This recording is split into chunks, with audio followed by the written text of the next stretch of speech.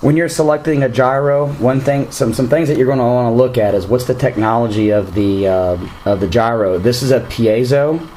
Okay, it's very inexpensive. It's been around for quite a while. This GY48V I got from Hobby Parts. It's like 15 bucks or less. Hobby Parts has either cheap or free shipping going on. Sometimes you can find a coupon code out there. There's a very good thread over on RC Groups, and I participate on it a lot.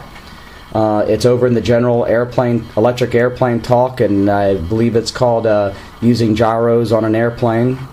And there's a lot of people out there that will monitor that thread, and they'll give their input, including mine.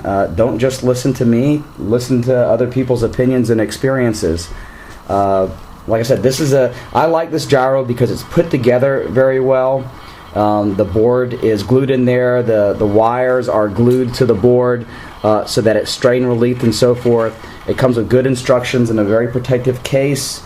The gyro has right angles on the box so that it's easy to mount. I like to mount not just with the included gyro tape that comes with it, but I also on the other, between the surface you're putting it on and the gyro tape, I'll use this Scotch indoor-outdoor foam tape. It's got red plastic release paper. It's gray. It's pressure-sensitive adhesive, so when you put it in, you got to push on it, and it really holds it down on the control surface very well. I've got it on this hockey puck because gyros don't like to just sit there on the table. If you plug in a gyro to play with it, it'll just start jittering the servo a lot, especially if the gain is turned up really high. If the gain's turned up really high, what'll happen is that the gyro will really jitter. If I turn this up higher, okay, I got that rate mode turned up high, so as soon as I touch that gyro, that servo is really going to jitter. So if you have that gyro just sitting out there on the table while you're playing with it, it's really going to jitter a lot. Especially with the wires connected over to the servo. Just the servo movement can make the gyro jitter. This foam tape is very strong, as I was mentioning. It can hold the weight pretty well, and it's pretty hard to remove.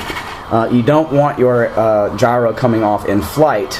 Once again, if it does, you've got that off setting that you can flip the switch in a panic. Another thing to look for in the gyro is different gyros will have different things that are on the gyro, and such as this one has a digital servo mode. So if you have a digital servo, it will send out the signals a little bit quicker to make quicker responses, and it makes it so that as you turn the gain up, it's going to bounce less. It also drives the servo just a little bit harder. If you have it in analog mode, it's not going to drive the servo as hard, as many corrections.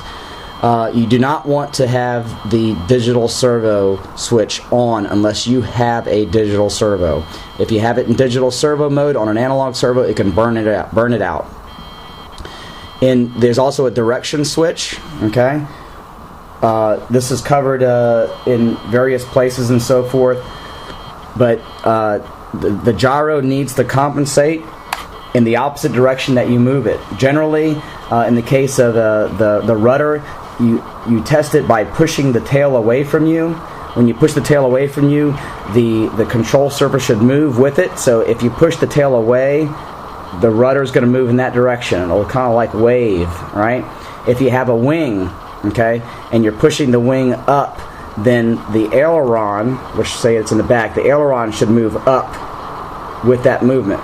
Okay, so as I take that wing, let's say the fuselage is on that side, take the wing and you move it up, the aileron should move up. I've got another video where I show that with a gyro hooked up to a Hawksky. Watch that video and I cover that kind of thing on there.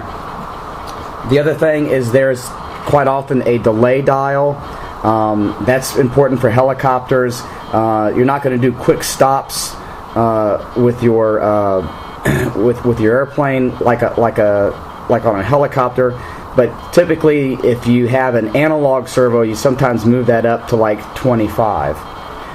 You only want to play with that if when you let go of the sticks or you center up your sticks, if you see a quick bounce as you center your sticks, then you turn that delay up a little bit. It softens that up. Once again, I also talked about the limit dial that's on there. I already covered that. This particular gyro I call a label up. I call it a label up because in the case of a yaw axis gyro for a helicopter, it's mounted with the label up. Sometimes down, but the label's up. There are gyros out there, like an eSky 704A, the GY 192, or the MKS GY 292. Those gyros, the E-Flight, the Telebi, those gyros are mounted with the label sideways. So if it was in the yaw axis, instead of being mounted like this, they actually mount with the label sideways. So before you get a gyro, look to see what kind of gyro it is, whether it's what I would designate a label up or a label sideways, so that you know that you can mount it in your airplane properly. And the best way is to find pictures on the internet, Google Images or whatever, and find a picture of that gyro installed on a helicopter. If it has it installed with the label pointed sideways, that's what I call a label sideways. But the label's pointed up, and that's what I call a label up. So I hope this was has been helpful. And if somebody wants some further information, once again, go over to RC Groups and look in the general airplane, electric airplane talk, and look for the using gyros on an airplane, and get some feedback. There's also an RC Universe in there. There's a thread going on, and there's quite a number of people who are monitoring it and giving their feedback on that.